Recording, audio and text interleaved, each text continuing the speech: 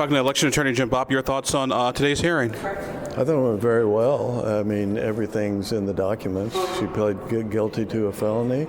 That's all you have to have under the statute. Whether she was ultimately sentenced as a felon did not happen. She was sentenced as a misdemeanor, but the law provides for that. And so she's disqualified. And of course, the problem we have here is she's being recruited in order to confuse voters, deny them the right to vote, because when they go in to vote for Brenda Wilson, some of them will be confused. They'll see another woman, a woman that's ahead of them, and deny Brenda Wilson votes. But the direct harm is to the voter who wants to vote for Brenda Wilson but is confused. What about one thing that the other side brought up, the fact that it was expunged, the expungement, or does that really matter? No, she had to be qualified when she filed her candidacy. That's the day. That's the due date. Okay. In other words, when you file your candidacy, you have to be the requisite age. That means your birthday. Okay, under or whatever it is, residency, whatever the case may be. You have to be qualified. And that something might happen in the future that changes your qualifications for future office doesn't affect it. So she could run again for another office if it has been expunged. One of the other things I thought was interesting was the fact that it was about the decision of the election board, but the fact that the election board split to the two, was there really a decision being made? It just basically said, no, things just stay as they are. No, it is a decision, okay? Because which we are aggrieved because our challenge was not upheld, okay, because of a tie vote. It takes a majority to uphold our challenge. So, I mean, otherwise you'd never have judicial review on a 2-2, and, we have enough deadlocks, when partisan Democrats want to meddle in our primaries, by upholding a candidacy that is, look, I was born at night, but not last night. I've seen this in Democrat primaries in Vigo County over and over again. And I'm just sorry this is infecting in Republican primaries now. How important was the Attorney General's opinion from 2017? We had talked earlier, you thought that was crucial. It didn't seem like you were arguing it as fiercely as today.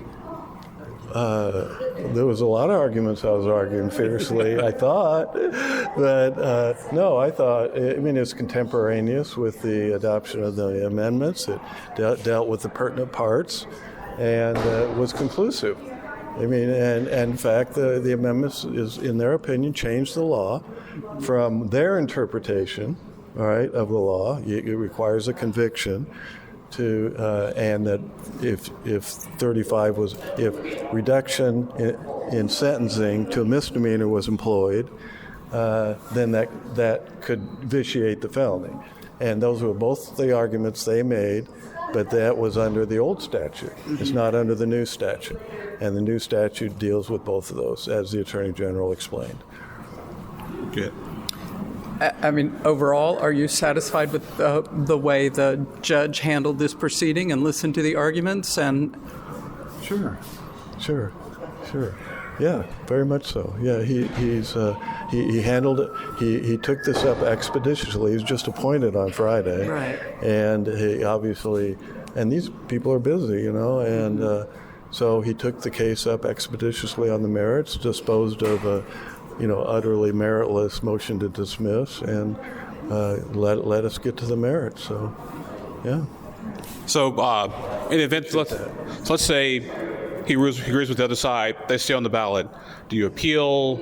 What do you do, or just folks just go vote and say, hey, this is Alexandra, this is Brenda, A versus B? Have candidates who maybe can't do their own education so voters aren't misled or misinformed as to who's on the ballot?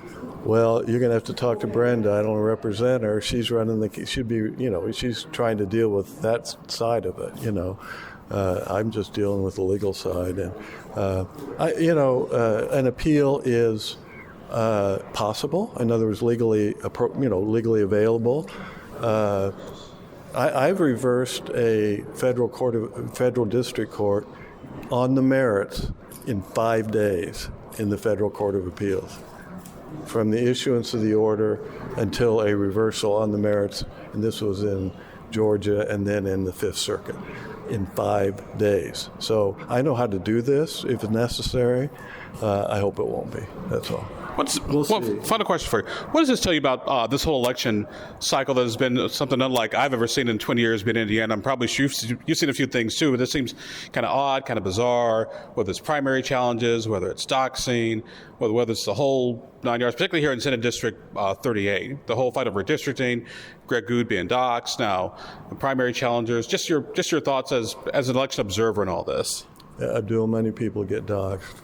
I had police out in front of my home. I'm not going to. Please don't use that. Yeah. Okay. I mean, but I know how serious it is, and it's very dreadful if it happened to anybody. I've been practicing law for 53 years, and every day my clients are coming up with a new question on things that I've been dealing with them for 53 years, right? So new questions, even under old statutes, are not unusual. But just like many, I've seen a lot of election cycles with a lot of dynamics. So we sure have our share this year, no question about it. There was some question about you may have been conflicted because you have represented the Attorney General's office in the past. No conflict. Yeah. There are probably 1,000 lawyers out there that have been deputy attorneys general. I was. My first 2 years, I was a deputy attorney general. And so I represented the state under an attorney general. And I immediately went out and started suing the state because I learned how to do it. So, you know what I'm saying? So, and you've never heard of any former lawyer for the attorney general's office, causing any recusal by the attorney general or being charged with conflict, or that'd be happening every single day. And nobody's doing contract with the office now? No. Okay. No, that ended a couple of years ago, actually. I handled a few cases for them. Yeah. So final question, what does a regular person here in Senate District 38 to think about all this? It's very election law, very technical, very special area of law. What should regular people walk away from today's hearing? What should they take away? Well, it really should be about the issues and the candidates, and these kind of dirty tricks should not be rewarded. This is a dirty, dirty trick to trick the voters to be voting for somebody else rather than the person they're trying to vote for. So they should not reward that sort of behavior. All right. Thanks, Jim. I've used enough adjectives.